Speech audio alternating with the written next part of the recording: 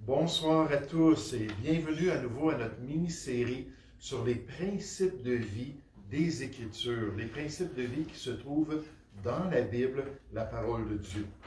Ce soir, on va considérer un principe qui semble impossible à pratiquer pour bien des enfants de Dieu. Une vérité biblique qui paraît au-delà de nos capacités alors qu'on considère nos faiblesses et nos problèmes. Mais pourtant, c'est un principe qui est stratégique pour nous aider à marcher avec le Seigneur et à lui être agréable. Considérons ce principe biblique qui nous aide à bien gérer les pensées de notre cœur. À bien gérer les pensées de notre cœur, ça c'est notre 7e principe dans notre série. Ce principe qui nous encourage à bien gérer ce qui se passe dans notre tête, dans les pensées qu'on tolère dans notre cœur, dans les pensées qui affectent nos choix et la direction que va prendre notre vie en tant qu'enfant de Dieu, puis ainsi la gestion adéquate de nos pensées, c'est vraiment quelque chose qui est crucial dans notre marche avec le Seigneur, puisqu'une bonne partie de nos combats se joue au niveau de nos pensées. Et j'aimerais vous dire, lorsqu'on parle du combat spirituel, la Bible, les 2 testaments nous présentent ce combat spirituel. Lorsqu'on parle du combat spirituel, c'est évident que le diable aime envoyer ses traits enflammés au niveau de nos pensées. Il aime ça nous attaquer dans notre raisonnement personnel, dans ce qui se passe dans notre tête, pour pouvoir ensuite affecter notre humeur et affecter notre marche avec Dieu. Tournez ce soir dans l'Évangile de Matthieu au chapitre 16. J'aimerais juste vous faire remarquer cela, ce combat-là dans la vie de Simon-Pierre. Ce combat au niveau de ce qui se passait dans son homme intérieur, dans sa manière de penser, sa manière de voir les choses. Et vous allez voir, il y a 2 aspects qui vont nous être présentés concernant Simon-Pierre.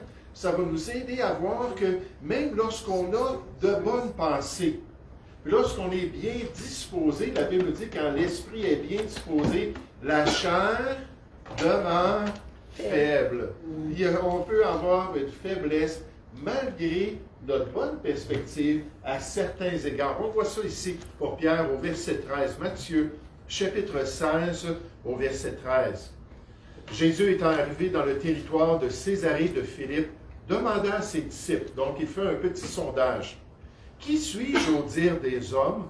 Moi, le Fils de l'homme. Qu'est-ce que vous avez entendu à mon sujet? » Ils répondirent, « Les uns disent que tu es Jean-Baptiste. Les autres, parmi le peuple, disent que tu es Élie. Les autres, Jérémie ou l'un des prophètes. Et vous, leur dit-il, qui dites-vous que je suis? » Simon-Pierre répondit, « Tu es le Christ, le Fils du Dieu vivant. » Le Messie tant attendu que Dieu un jour allait envoyer en Israël. Verset 17.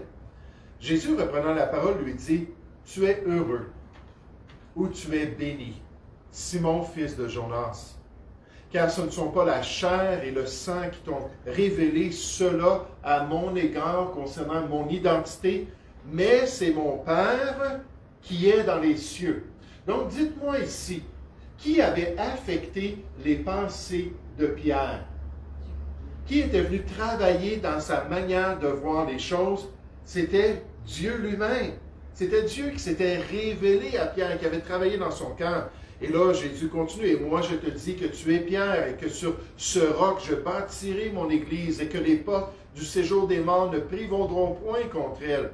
Je te donnerai les clés du royaume des cieux. Ce que tu lieras sur la terre sera lié dans les cieux. Ce que tu délieras sur la terre sera délié dans les cieux. Je te donne cette autorité-là. » Et ça, c'est rajouté aux autres apôtres dans l'évangile de Jean. Donc, alors qu'ils établissaient l'œuvre de Dieu, parce qu'ils comprenaient la vérité de Dieu. Ils avaient entendu la voix du Père et ils avaient compris que Jésus était réellement le Messie. Verset 21. Dès lors, Jésus commença à faire connaître à ses disciples qu'il fallait qu'il aille à Jérusalem, lui le Messie, qu'il souffre beaucoup de la part des anciens, des principaux sacrificateurs et des scribes, qu'il soit mis à mort et qu'il ressuscite le troisième jour. Pierre, l'ayant pris à sa part, se mit à le reprendre et dit, « À Dieu ne plaise, Seigneur, cela ne t'arrivera pas, toi le Messie d'Israël. » Mais Jésus se retournant, dit à Pierre, « Arrière de moi, Satan, tu mets en scandale, car remarquez, tes pensées ne sont pas les pensées de Dieu, mais celles des hommes. » Qui a affecté les pensées de Pierre ici dans cette section? Satan lui-même, le calomniateur, celui qui attaque la réputation d'autrui, qui essaie de détruire les autres. Là, il est venu là, parler dans le cœur de Pierre, puis lui dire, écoute, là, Jésus, là, c'est pas ça qui va se produire avec lui. C'est pas ça qui doit lui arriver. Il doit régner sur le trône de David. Va lui dire qu'il se trompe. Puis là, il a souffleté cela dans son cœur. Maintenant, dans ces deux occasions-là, à quel moment est-ce que Pierre faisait la volonté de Dieu? Dites-moi. Dans les deux occasions où on voit ses pensées. Dans la première occasion, lorsqu'il a dit, oui, Jésus, tu es le Christ, le Fils du Dieu vivant. Et c'est à ce moment-là, c'est quoi la différence? C'est que ses pensées, à ce moment-là, étaient en accord avec la pensée de Dieu. Jésus a dit, c'est le Père qui t'a montré cela. Mais quand il a dit, non, non, non, Seigneur, cela ne t'arrivera pas, Jésus a dit, non, non, non, là, tu n'as plus les pensées de Dieu, tu n'as plus les pensées du Père, mais tu as des pensées qui sont des pensées d'homme. Là, Jésus a rejeté ce que Pierre avait à dire parce qu'il ne marchait pas de la bonne manière. Le défi pour le croyant, comme pour Pierre, c'est de garder ses pensées dans la volonté de Dieu. Il doit s'assurer qu'il pense comme Dieu lui demande de penser. Il doit veiller sur ses pensées pour laisser le Seigneur diriger ce qui se passe dans sa terre. Puis je peux tout de suite entendre, parce que je l'ai entendu en 30 ans de ministère, je peux tout de suite entendre des gens, des chrétiens qui disent « Hey, c'est impossible ça! Hein, c'est totalement infaisable. Les pensées viennent dans ma tête, puis je ne peux pas les empêcher de venir dans ma tête, puis je ne peux pas gérer mes pensées, je ne suis pas au contrôle de ce qui se passe dans mon cerveau. » Mais pourtant, ce n'est pas du tout le cas. Dieu peut nous aider progressivement en grandissant dans ses voies et en grandissant dans sa grâce pour arriver à contrôler nos pensées et les intentions de notre cœur. J'aimerais vous illustrer cela ce soir. Est-ce qu'on peut empêcher un oiseau de voler au-dessus de notre tête? J'espère que c'est la bonne image, oui. Donc, est-ce qu'on peut empêcher un oiseau de voler? Est-ce qu'on peut empêcher là, un moineau de nous harceler ou nous déranger? Je me souviens, il y a des années de cela, j'étais arrêté au McDonald's pour m'acheter quelque chose, puis il y avait des adolescents, c'était l'heure du dîner. Puis les adolescents étaient là, ils étaient assis à une table, et c'était juste à une intersection de deux gros boulevards. Là, il y avait des mouettes, puis il y avait des oiseaux là, qui volaient autour d'eux. Puis des fois, ça descendait, puis c'était pas loin d'eux parce qu'ils levaient il y a quelque chose avec les frites de McDonald's là, que les oiseaux aiment. Là, ils descendaient pour essayer de venir le prendre, puis ainsi de suite. Puis à un moment donné, il y en a un qui a eu la brillante idée de lancer les frites dans l'intersection du boulevard. Fait que là, les oiseaux s'en venaient, puis ça descendait. Puis là, les autos s'en venaient. En tout cas, c'était le chaos. On ne peut pas empêcher nécessairement un oiseau de passer au-dessus de notre tête. Mais dites-moi, est-ce qu'on peut empêcher un oiseau de faire un nid dans nos cheveux? Est-ce qu'on peut l'empêcher? Oui. Dites-le moi, là. Oui. Imaginez, là, il arrive avec des petites brindilles, là, puis il place tout ça, puis il arrive là. Oui, on dit, hey, wow, arrête, là, c'est trop, là. Oui, on peut le faire. C'est exactement la même chose au niveau de nos pensées. Temporairement, on ne peut pas empêcher une pensée de venir dans notre cœur, dans notre tête, de venir nous affecter. Mais on peut l'empêcher d'y demeurer. Hein, on peut chasser la pensée. On peut se détourner de cette pensée-là. On peut résister à une mauvaise pensée parce qu'on le sait qu'éventuellement, elle va affecter nos choix. Et dans les Écritures, on nous présente en tant que chrétiens comme étant responsables devant Dieu de la gestion de ce qui se passe dans nos pensées. On va le voir dans un instant, mais Dieu nous remet cette responsabilité-là de gérer nos pensées. Donc, une mauvaise pensée, on est en train de réfléchir, on est en train de méditer à cette pensée-là, tout à coup, wow! Non, non, non, c'est pas bon, cela. C'est assez. Là, Dieu nous donne la liberté en Jésus-Christ de dire, c'est assez, wow! Et là, on ne va pas plus loin avec cette pensée-là. C'est exactement ce que Dieu veut faire avec nous. J'aimerais vous montrer un exemple où c'est clair que les gens étaient responsables. Comme Jésus a dit, arrière de moi, Satan, tu mets en scandale Pierre. Il n'a pas dit pauvre Pierre. Hein, tu ne pouvais rien y faire. Le calomniateur est venu t'influencer. Après tout, ce n'est pas de ta faute. C'est rentré dans ta tête, c'est rentré dans tes pensées. Puis là, ce n'est pas de ta faute, c'est devenu l'abondance de ton cœur dans tes paroles. Là, il a dit, tu mets en scandale. C'est mal de ne pas avoir les pensées de Dieu, mais avoir les pensées des hommes. Tournez avec moi dans Actes chapitre 5. J'aimerais vous faire remarquer que pour Ananias et Saphira, Dieu les condamne d'avoir laissé au diable cet accès dans leur cœur pour qu'ils mentent à Dieu même et à l'Esprit de Dieu. Actes chapitre 5, l'exemple d'Ananias et de Saphira. Actes chapitre 5 au verset 1. On nous dit, mais un homme nommé Ananias, avec Saphira, sa femme, vendit une propriété. Il a vu des gens des chrétiens qui étaient en train de sacrifier des choses pour prendre soin des milliers de chrétiens, de nouveaux chrétiens qui venaient d'être sauvés. Il dit, hey, je vais vendre aussi mes choses, on va donner ça à l'Église. Il vendit une propriété et retint une partie du prix, sa femme le sachant. Là, il n'y avait aucun problème à dire, bon, ben, on a vendu notre propriété, je ne sais pas moi, 10 000 puis on veut en remettre 8 000 à l'Église, on va se garder un petit montant pour nous aider financièrement. Dieu aurait dit, ben, tant mieux, bravo. Mais là, c'est pas ça qu'ils ont dit. Ils ont dit, on a vendu la propriété à 8 000 et voici, on donne tout l'argent à l'Église pour le bien des chrétiens. C'est pas vrai, il l'avait vendu. Je donne un chiffre fictif à 10 000 Donc, sa femme, le sachant, ils ont discuté, ils ont réfléchi, ils ont fait le choix d'être hypocrites. Puis, il apporta le reste et le déposa aux pieds des apôtres. Pierre lui dit, Ananias, pourquoi Satan a-t-il rempli ton cœur? Nécessairement, ça inclut ses pensées. Pourquoi est-ce que tu as laissé à Satan t'amener ce dessein méchant-là? Au point que tu demandes au Saint-Esprit et que tu aies retenu une partie du prix du champ. S'il n'avait pas été vendu, ne te restait-il pas? C'était ton champ, après tout. Et après qu'il a été vendu, le prix n'était-il pas à ta disposition? Comment il est responsable, même si ça venait de Satan qui est venu mettre ça dans son cœur? Comment as-tu pu mettre en ton cœur un pareil dessein, un pareil objectif de faire quelque chose de malhonnête?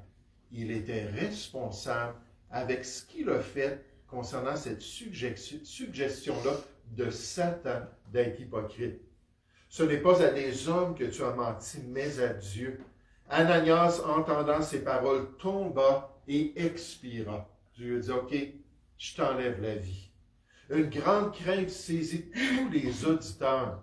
Les jeunes gens s'étant levés, l'enveloppèrent, l'emportèrent et l'ensevelirent.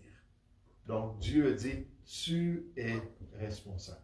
Qui a Philippiens chapitre 4 au verset 8, si tu peux le lire, s'il vous plaît.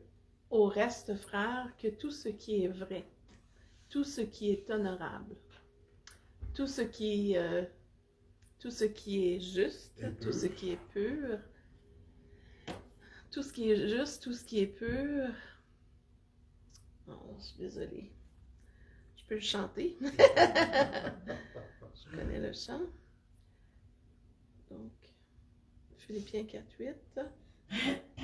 Que tout ce qui est vrai, tout ce qui est honorable, tout ce qui est juste, tout ce qui est pur, tout ce qui est aimable, tout ce qui mérite l'approbation, ce qui est vertueux et digne de louange, soit l'objet de vos pensées. Et le verset 9. Ce que vous avez appris, reçu et entendu de moi, et ce que vous avez vu en moi, pratiquez-le, et le Dieu de paix sera avec vous. Donc, alors que Paul est en train de dire aux chrétiens, voyez-vous, il faut y avoir des standards pour nos pensées. Si c'est pas juste, on chasse ça de nos pensées. Si c'est pas vrai, combien de fois mon épouse et moi, on pense à des choses, c'est pas arrivé encore, c'est dans l'avenir, et on ne sait pas si ça va se produire. Donc, elle dit, mais est-ce que c'est vrai? Est-ce que c'est la réalité? Non. Alors, on chasse ça de nos pensées. Hein, ce qui est impur et toutes ces choses-là, ce qui est vertueux, digne de louange, soit l'objet de vos pensées. Et au verset 9, il nous donne la clé.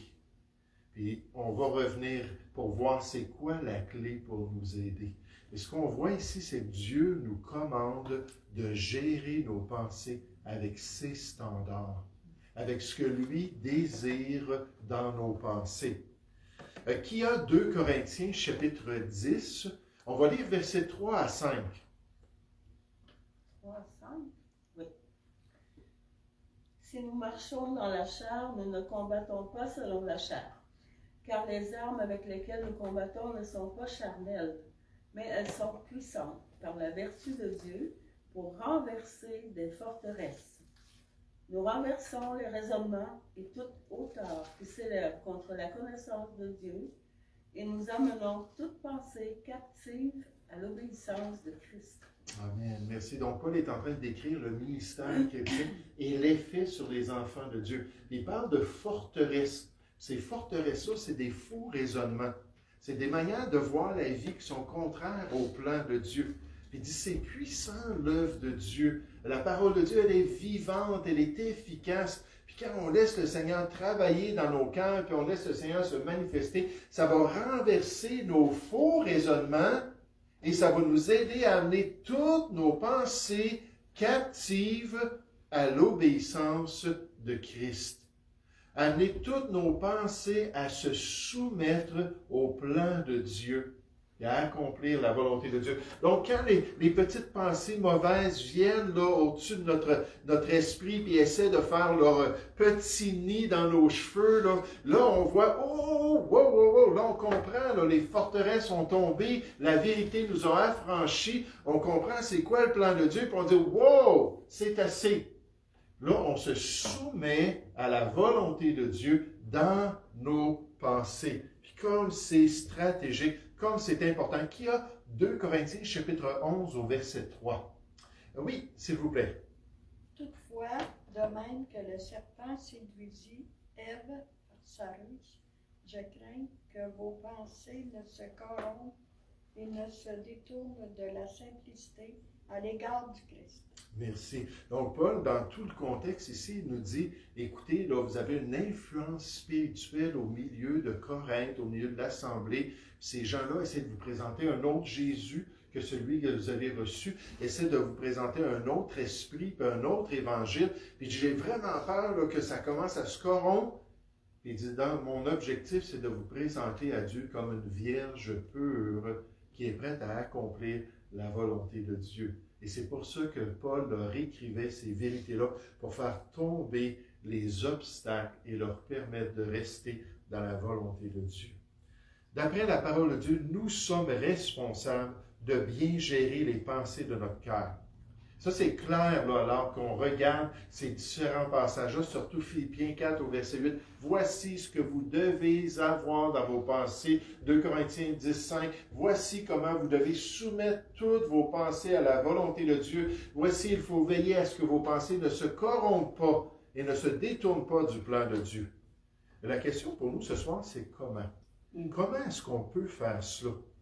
J'aimerais vous suggérer que la manière principale qu'un enfant de Dieu peut gérer ses pensées, c'est grâce à la parole de Dieu.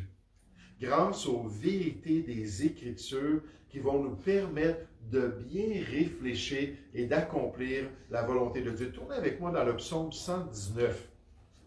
Dans le psaume 119, Certaines statistiques suggèrent qu'environ 15% de ceux qui se disent chrétiens, puis là, chrétiens larges, pas nécessairement les chrétiens évangéliques, mais tous ceux qui disent être pieux, puis croire en Jésus-Christ, puis aller à l'Église chrétienne, environ 15% de ceux qui se disent chrétiens vont souffrir de dépression à un moment durant leur vie. 15%, ça c'est juste en dessous du 18% de ceux qui se disent non chrétiens. Donc c'est presque pareil comme le monde qui nous entoure. Et sachant qu'une des causes majeures, non pas la seule cause, mais une des causes majeures de la dépression est la manière que nous pensons et la manière, notre perspective qu'on a de la vie, alors je pense qu'en tant que chrétien, c'est vraiment crucial de serrer les promesses de Dieu dans mon cœur. C'est pour ça qu'en ce moment, dans notre série, à chaque mois, on est en train d'apprendre des belles promesses d'encouragement. Et moi, je vous encourage à les mémoriser, à les utiliser. Vous commencez à vous sentir découragé, et là, vous pouvez dire, le Seigneur est mon aide. Je ne craindrai rien. Que peut me faire un homme? Parce qu'il est tellement souverain. Et toutes ces belles promesses-là qu'on a mémorisées, il faut les repasser dans notre cœur. La Bible dit dans Colossiens 3,16 de laisser la parole de Christ dans toute sa richesse nous guider dans les voies de Dieu. Pour chasser, pour mater les pensées négatives et décourageantes qui pourraient se manifester dans notre cœur. Et ici, dans le psaume 119, on voit que la parole de Dieu a cet effet-là dans notre vie. Même dans l'Ancienne Alliance, psaume 119 au verset 1, on nous dit « Heureux ou bénis ceux qui sont intègres dans leur voie, qui marchent selon la loi de l'Éternel. Heureux ceux qui gardent ses préceptes. » Donc, ils imposent les préceptes, les instructions, les consignes de la loi de Dieu à leur cœur, qui le cherchent de tout leur cœur, qui ne commettent point d'iniquité et qui marchent dans ses voies. Tu as prescrit tes ordonnances pour qu'on les observe avec soin. Puissent mes actions être bien réglées afin que je garde tes statuts. Alors je ne rougirai point à la vue de tous tes commandements. Je te louerai dans la droiture de mon cœur, en apprenant les lois de ta justice. Je veux garder tes statuts, ne m'abandonne pas entièrement. Comment le jeune homme rendra-t-il pur son sentier, la voie qu'il suit, les décisions, l'orientation de sa vie, en se dirigeant d'après ta parole? Je te cherche de tout mon cœur. Ne me laisse pas m'égarer loin de tes commandements. Je serre ta parole dans mon cœur, afin de ne pas pécher contre toi. Nécessairement, notre cœur, notre homme intérieur, ça comprend nos pensées. On serre la parole de Dieu dans notre cœur. Béni sois-tu, ô Éternel. Enseigne-moi tes statuts. De mes lèvres, j'énumère toutes les sentences de ta bouche. Je me réjouis en suivant tes préceptes, comme si je possédais tous les trésors. Et on pourrait continuer jusqu'à la fin du psaume 119 pour voir l'impact, pour voir la puissance de la parole de Dieu, pour nous garder dans les voies du Seigneur. Serrons la parole du Seigneur dans notre cœur, afin que nous marchions toujours dans ses voies. Attachons-nous fortement à ses promesses bibliques pour avoir une perspective victorieuse quant à notre avenir, pour pouvoir marcher quotidiennement avec certitude et avec assurance, sachant que mon Seigneur m'aime et qu'il est toujours avec moi. Tournez dans un passage, juste 2 autres passages, puis on va terminer. Tournez avec moi dans l'Évangile de Matthieu au chapitre 4. Est-ce que vous vous rappelez pour Pierre, Ananias et Saphira, qui avait affecté négativement leurs pensées? Satan, le diable, n'est-ce pas, pour qu'il se détourne de la volonté de Dieu. Maintenant, j'aimerais vous montrer le Seigneur Jésus, qui est notre exemple, notre modèle, qui est aussi attaqué dans ses pensées par le diable. Le diable qui vient lui souffloter alors qu'il est dans le désert, alors qu'il est éprouvé, puis qui vient lui présenter une autre perspective. Et qu'est-ce que le Seigneur Jésus va faire? Il va citer la parole de Dieu pour rester dans les voies de Dieu, pour chasser ces mauvaises pensées-là que le diable lui envoyait, pour s'assurer qu'il ne fasse pas un nid dans ses cheveux. Et tout de suite, il a résisté, il les a chassés pour les éloigner. Matthieu chapitre 4 au verset 1. Alors Jésus fut amené par l'Esprit dans le désert tout de suite après son baptême pour être tenté par le diable. Après avoir jeûné 40 jours et 40 nuits, il eut faim. Le tentateur s'étant approché lui dit, « Si tu es fils de Dieu, ordonne que ces pierres deviennent des pains. » Jésus répondit, « Il est écrit. » Là, Jésus a géré son raisonnement. Il a géré les petites pensées qui sont venues dans son cerveau, dans son cœur, par les Écritures. Ça, c'est une des choses qu'on encourage les chrétiens à faire, à voir leur faiblesse spirituelle, à déterminer c'est quoi les plus grandes failles dans leur cœur, et à trouver des passages, à trouver des promesses, à trouver un encouragement, puis une instruction biblique, à la mémoriser, à la serrer dans son cœur. Comme je l'ai souvent dit quand j'arrivais en tant que nouveau chrétien, je venais juste de naître spirituellement. Je travaillais dans une cour à bois. Il y avait un calendrier d'une femme nue. Chaque mois, c'était une autre femme, tout ça. Et moi, j'ai été élevé avec ça dans ma jeunesse. Là, je voyais ça, puis tout de suite, Philippiens 4.8, que tout ce qui est pur soit l'objet de vos pensées. Non, je ne la regarde pas. Non, je ne la regarde pas. Puis là, on punchait juste à côté du calendrier. Alors que tout ce qui est pur soit l'objet de vos pensées. Là, je résistais. Des fois, je tombais. En général, quand j'utilisais l'arme de la parole de Dieu, l'épée de l'Esprit, j'avais la victoire. Donc Jésus dit, il est écrit, l'homme ne vivra pas de pain seulement, mais de toute parole qui sort de la bouche de Dieu. Le diable le transporta dans la ville sainte, le plaça sur le haut du temple et lui dit, si tu es fils de Dieu, jette-toi en bas, car il est écrit, il donnera des ordres à ses anges à ton sujet, ils te porteront sur les mains, de peur que ton pied ne heurte contre une pierre. Jésus lui dit, il est aussi écrit, tu ne tenteras point le Seigneur ton Dieu. Le diable le transporta encore sur une montagne très élevée, lui montra tous les royaumes du monde et leur gloire, et lui dit, je te donnerai toutes ces choses si tu te prosternes et m'adores. Jésus lui dit, retire-toi, Satan. Imaginez si Simon-Pierre avait réussi à faire ça. Imaginez si Ananias et Saphira, et comme le texte aurait été bien différent, et la fin de leur course chrétienne aussi aurait été bien différente. Arrière de moi ou retire-toi, Satan, plutôt, car il est écrit, tu adoreras le Seigneur ton Dieu et tu le serviras lui seul. Et Jésus nous donne le modèle. C'est essentiel pour le chrétien de garder la parole de Dieu dans notre cœur. C'est une arme stratégique dans nos combats spirituels. On n'ira pas ce soir, j'avais plein de filles d'aller voir Éphésiens chapitre 6, versets 10 à 18. On nous décrit le combat spirituel, puis on nous dit de résister au diable dans le jour mauvais. Puis on dit, voici toute l'armure du chrétien.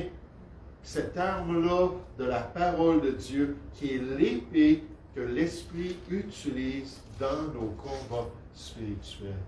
Et comme c'est important de connaître la Bible, comme c'est important de mémoriser les Écritures, comme c'est important de s'attacher fermement à la volonté de Dieu pour bien gérer nos pensées, pour toujours veiller sur ce qui se passe dans notre tête et pour s'assurer que les mauvaises pensées qui s'élèvent contre le plan de Dieu ne viennent pas s'installer et que ça devienne notre méditation, n'est-ce pas, notre réflexion. On doit chasser ces choses-là. On doit serrer sa parole pour s'assurer de ne pas pécher contre lui. Et par la grâce de notre Dieu et dans notre croissance spirituelle, le Seigneur peut nous rendre de plus en plus vainqueurs sur notre dépression. On passe tous, je voyais les statistiques des pasteurs, il y a plein de pasteurs qui ont des grosses étapes, des grosses périodes de dépression. Mais sur notre dépression, pour continuer à accomplir la volonté de Dieu. On va prier ensemble. Oui, Père Céleste, merci pour ce beau principe qui nous aide à bien gérer les pensées de notre cœur. À amener toute pensée captive à l'obéissance de Christ. À s'assurer que seulement les pensées que toi tu désires fassent partie de notre réflexion. Ô Père Céleste, on ne veut pas que nos pensées se corrompent. On ne veut pas que nos pensées s'éloignent de tes voies. Et qu'un jour tu nous dises que on était en scandale pour toi, car nos pensées n'étaient pas les pensées de Dieu, mais celles des hommes. Aide-nous à étudier ta parole, à trouver des promesses, à les mémoriser, à faire un effort pour être certain d'avoir une belle épée dans notre armure chrétienne. Seigneur, nous te prions au nom de Jésus.